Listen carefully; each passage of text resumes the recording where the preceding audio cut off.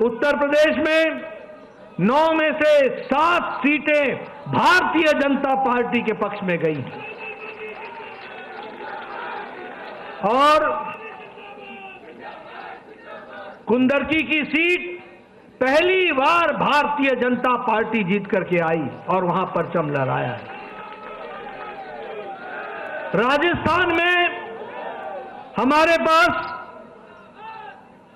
2 सीटें थी एनडीए की, 1 सीट बीजेपी की थी।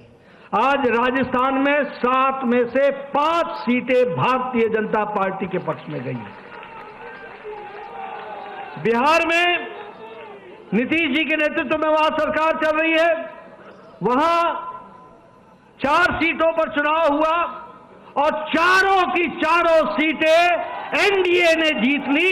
ये हमको ध्यान में रखना चाहिए। जिसमें से एक सीट हम पार्टी ने रिटेन की, वहीं हमारे जनता दल यूनाइटेड ने आरजेडी से 1 सीट बेलमगंज की, वो 32 साल बाद एनडीए के पक्ष में गई और जेडीयू के पक्ष में गई। और उसी तरीके से हमारे शाहबाद इलाके में जो दोनों सीटें आरजेडी के कब्जे में थी, दोनों ही जगह कमल खिला और भारतीय जनता पार्टी की सीट। असम में हमने 5 की 5 सीटें उपचुनाव में जीत ली, एनडीए ने पूरी की पूरी सीटें जीत ली।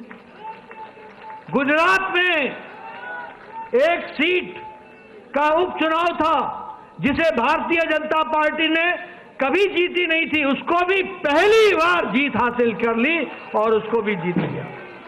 मध्य प्रदेश, छत्तीसगढ़ और उत्तराखंड में हमने अपनी 1-1 सीट रिटेन कर ली और इसी तरीके से हम ये कह सकते हैं कि सारी ताकत लगाने से, जो आप लोगों के सहयोग से यह जीत हम सब लोगों को हासिल हुई है। मैं अपनी ओर से और अपनी पार्टी की ओर से, जहां महाराष्ट्र की जनता को, जहां जहां उपचुनाव हुए वहां की जनता को और हमारे झारखंड की जनता को तहे दिल से आभार व्यक्त करता हूं, धन्यवाद देता हूं।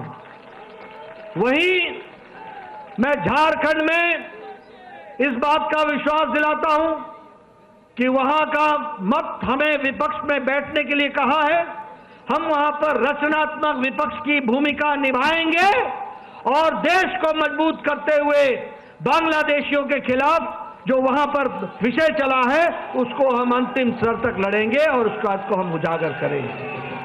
मित्रों,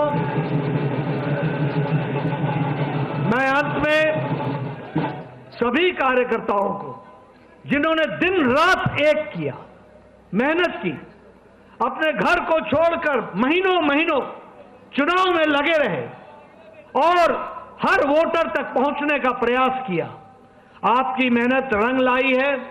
आपकी मेहनत के लिए आप सबको मैं अपनी ओर से और पार्टी की ओर से बहुत बहुत धन्यवाद देता हूं। और इसी प्रकार से हम मेहनत करते हुए पार्टी को मोदी जी के नेतृत्व में आगे बढ़ाएंगे। यही मुझे कहना है। आप सब लोग आदरणीय प्रधानमंत्री जी के मार्गदर्शन के लिए, वक्तव्य के लिए आतुर हैं। मैं इन्हीं शब्दों के साथ आप सबका बहुत बहुत धन्यवाद। जय भारत। पार्टी अध्यक्ष जेपी नड्डा को आप सुन रहे थे, जिन्होंने बताया कि ये नतीजे देश का मूड बता रहे हैं। जनता ने किस तरह से उद्धव ठाकरे को 2019 के लिए सजा दी है और किस तरह से झारखंड में विपक्ष की भूमिका निभाने के लिए भी भारतीय जनता पार्टी तैयार रहेगी, इस बात का जिक्र उन्होंने अपने भाषण में किया है।